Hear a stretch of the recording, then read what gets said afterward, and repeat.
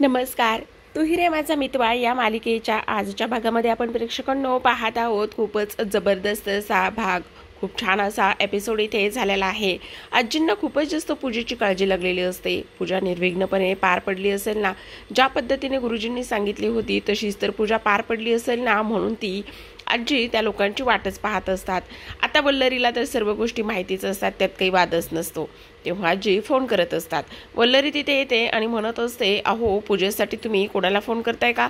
तेवढ्यातच आजी म्हणत असतात, तुला कसं माहिती? तेव्हा आता घरातील लोक पूजेला गेलीत म्हटल्यावर मला माहीतच असणार ना बरं. आणि तेवढा लावण्या सुद्धा आलेली असते. अगं लावण्य, कशी झाली पूजा? सगळं काही निर्विघ्नपणे पार पडलं ना? त्यावर लावण्य म्हणत असते, आजी खरंच खूपच छान पूजा झाली आणि अगदी तुम्हाला पाहिजे होती तशीच पूजा झाली. आज मला आम्ही खरंच एक कपल असल्यासारखं फील होत होतं आणि त्याच पद्धतीने सगळी पूजा झाली. त्यामुळे मी खरंच खूप जास्त आनंदात आहे. त्यावर आता आजी म्हणत असतात, खरंच बरं झालं लावण्या, तुझ्या हातून आणि अर्णवच्या हातून ही पूजा झाली. इकडे मात्र वल्लरी नेहमीप्रमाणे आजीला झाडावर चढवण्याचं आणि लावण्याची बाजू घेऊन बोलण्याचं काम नेहमीप्रमाणेच तिचं सुरू असतं. आता आजीने तर लावण्याला ह्या गोष्टी सांगितलेल्याच असतात, पण आता ही खरी गोष्ट अंजलीकडून त्यांना काय समजते हे पाहणं खूपच इंटरेस्टिंग असणार आहे. आता ही लोक ऑलमोस्ट घरी येऊन पोहोचलेली असतात. तेव्हा मामा म्हणत असतात, खरं खरं सांगा पूजा कशी झाली? त्यावर अंजली म्हणत असते, पूजा तर आता व्यवस्थित झाली, पण आजीच्या मनासारखी झाली की नाही हे आता आजीच ठरवेल. त्यावर आता अर्णव म्हणत असतो, असं कसं? अगं ताई पूजा व्यवस्थित झालीच ना गं. त्यावर आता ती म्हणत असते, अरे हो, पण जिजू कुठे आहेत? आणखी आले नाही आहेत. अरे त्यांना मध्येच बरं वाटलं नाही म्हणून ते बहुतेक घरी आले. तेवढ्यातच आता तो म्हणत असतो, अर्णवचा भाऊ, नाही नाही ते तर घरी आलेच नाही, मी तर घरीच बसलेलोय. तेव्हा आता मामा म्हणत असतात, हल्ली ना जावई बापूंचं अचानकच मध्येच गायब होणं खूपच जास्त वाढलेलं आहे. कळतंय का? तुमच्या लक्षात येतंय का?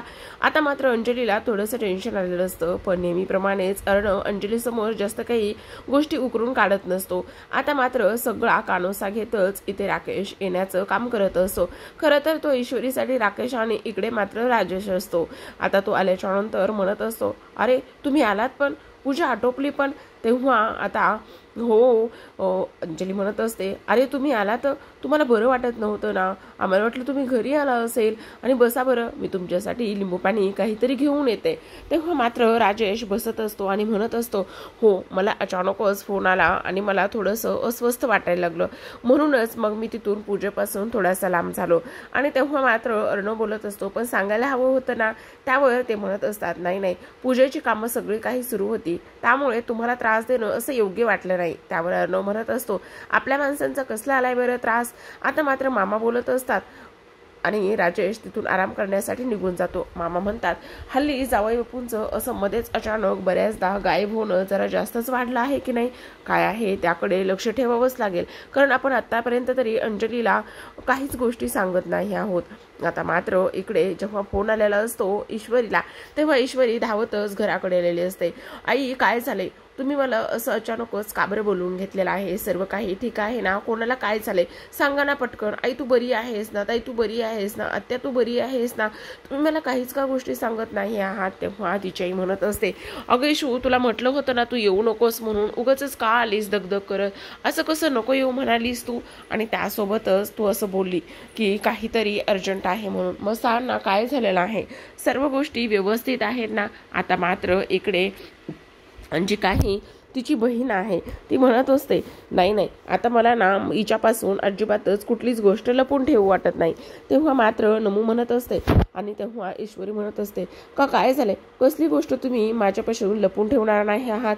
दिदी सांग पटकन, नाहीतर बघ आता. आणि तेव्हाच मात्र ईश्वरीच्या पाठीमागे तिचे बाबा येऊन उभे राहिलेले असतात. आता ईश्वरी तिच्या आईकडे पाहते तर चेहरा मात्र पाडून बसलेले असतात. खरं तर हे ईश्वरीला सर्व काही सरप्राईज देण्याचा त्यांचा प्लॅन सुरू असतो.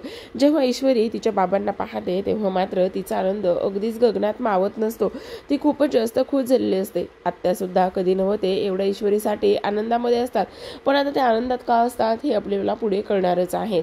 ईशू म्हणत असते, बाबा तुम्ही असे अचानक, आणि तुम्ही फोन नाही केला, काही नाही केला, म्हणजे अच्छा हे सर्व काही मुद्दामून चालू होतं? ही दिदी तर ना, ह्या दिदीमुळे हे सगळं काही झालेलं आहे. थांब, आता मी तर तुला ना सोडणारच नाही. असं म्हणून दोघी सुद्धा एकमेकींच्या मागे धावत असतात. आता या बहिणींचं प्रेम पाहून दोघं आई वडील खूपच जास्त सुखावलेले असतात. तर इकडे मात्र राजेश खोलीमध्ये आलेला असतो आणि खोलीमध्ये आल्याच्या नंतर त्या काही लोकांशी तो धमकीवजा बोलत असतो. तुम्हाला जर मी भेटलो ना तर काम करण्यालायक सुद्धा ठेवणार नाही. तेवढ्यातच अंजली त्याच्यासाठी सरबत घेऊन आलेली असते आणि तेव्हा ती म्हणत असते, का हो काय झाले, कोणावर तुम्ही एवढे चिडलेले आहात, काही टेन्शन आहे का, काही प्रॉब्लेमची कामं आहेत का. तेव्हा मात्र राजेश तिला मुद्दामूनच बोलत असतो, अगं काही नाही, असू दे, असलं तरी ते टेन्शन माझं आहे, मी तुला नाही ताण देणार. त्यावर आता अंजली विचारत असते, नाही नाही खरं खरं सांगा काय झालेलं आहे. तेव्हा आता राजेश छोटी स्टोरी किंवा खोटी स्टोरी बनवत असतो.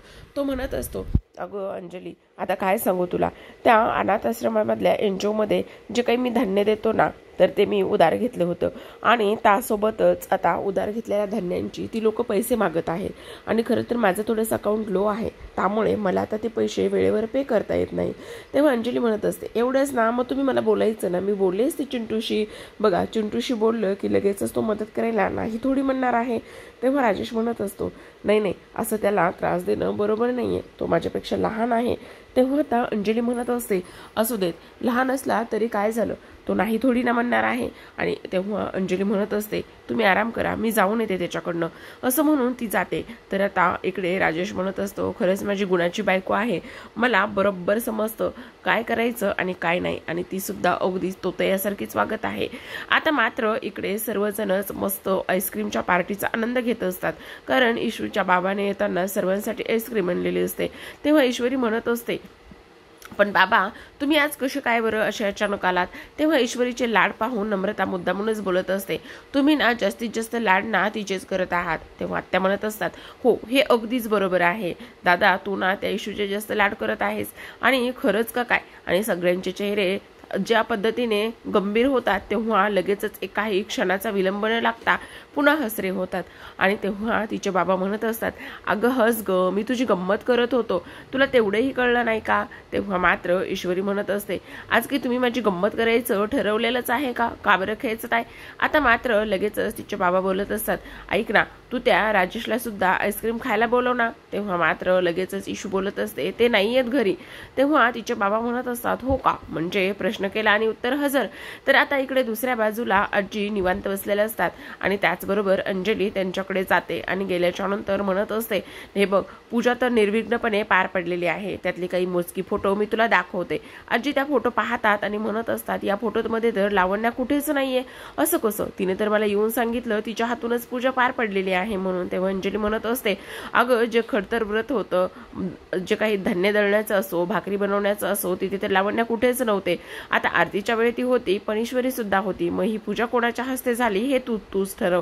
आता मात्र आजींना थोडंसं वाईट वाटलेलं असतं, कारण आता अंजली बोलत असते, खरं सांगायचं म्हणजेच देवाच्या मनामध्ये हेच असेल किंवा देवी आईच्या मनामध्ये अर्णव आणि ईश्वरीच्या हातूनच पूजा होण्याचं असेल. तेव्हा आजींना थोडासा मानसिक त्रास होत असतो. गुरुजींनी मग कसं असं सांगितलं, इथे दोघांच्या पत्रिका जुळत नाहीत आणि अर्णव आणि लावण्याची पत्रिका जुळत आहे, ह्या गोष्टी मग गुरुजींनी का सांगितल्या, आणि तसं असेल तर काय माझ्या चिंटूच्या आयुष्यामध्ये वाढून ठेवलेला आहेस हे मला कळत नाही, असं म्हणूनच त्या थोड्याशा नर्वस होत असतात. आता मात्र इकडे दुसऱ्या बाजूला अर्णव मामा हे काम करत असतात आणि तेव्हा मात्र अंजली तिथे जाते आणि तिथे गेल्याच्या नंतर ती म्हणत असते, चिंटू मला तुझ्याशी थोडंसं महत्त्वाच्या विषयावर बोलायचं आहे. त्यावर तो म्हणत असतो, काय झालं ताई बोल ना, सगळं काही ठीक तर आहेत ना, जिजू पण ठीक आहेत ना.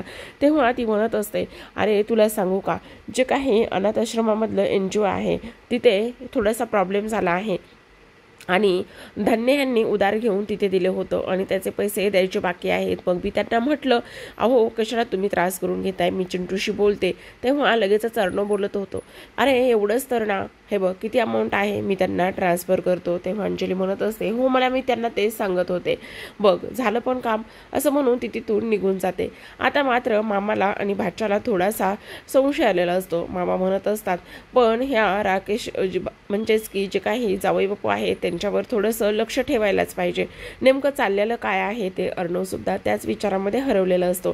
तर आता प्रेक्षकांनो पुढील भागामध्ये खूपच सुंदर असे अपडेट्स समोर आलेले आहेत. दुसऱ्या दिवशी सकाळची वेळ असते आणि त्याचबरोबर आता जी काही ईश्वरी आहे ती आजींना भेटायला आलेली असते आणि आजींना भेटायला आल्याच्या नंतर, खरंच तू एवढं सगळं काही त्याच्यासाठी करतेस, तू एक आणखी काम कर ना, आणि ते म्हणजेच की अर्णवच्या मनामध्ये लावण्याबद्दल प्रेम निर्माण कर. तेव्हा लावण्या आजींकरिता फुलं घेऊन आलेली असते, तर ईश्वरी तिला म्हणत असते, लावण्य मॅडम तुमच्यासाठी सुद्धा एक खूप महत्त्वाचं काम आहे. जसं तुम्ही आजींसाठी फुलं आणलेत तसंच आता मात्र इकडे ईश्वरीचे बाबा आल्यावर तिच्याकडे राकेशसोबत तुझं लग्न ठरणार आहे हा विषय काढतात. आणि तेव्हाच आता ईश्वरी पुन्हा म्हणत असते, तुम्ही पुन्हा माझी मस्करी करताय का. आता मात्र मामांनी शोध घेतलेला असतो आणि ते म्हणत असतात, कुठल्याही धान्य भंडारामध्ये कसलाही प्रॉब्लेम झाला नव्हता. मला तर खूपच जास्त जावई बापूंवरती संशय येत असतो असं ते अर्णवला सांगत असतात. तर प्रेक्षकांनो, अशाच नवनवीन अपडेट्स पाहण्यासाठी आपल्या चॅनलला सबस्क्राईब करा, बेल आयकॉन प्रेस करा आणि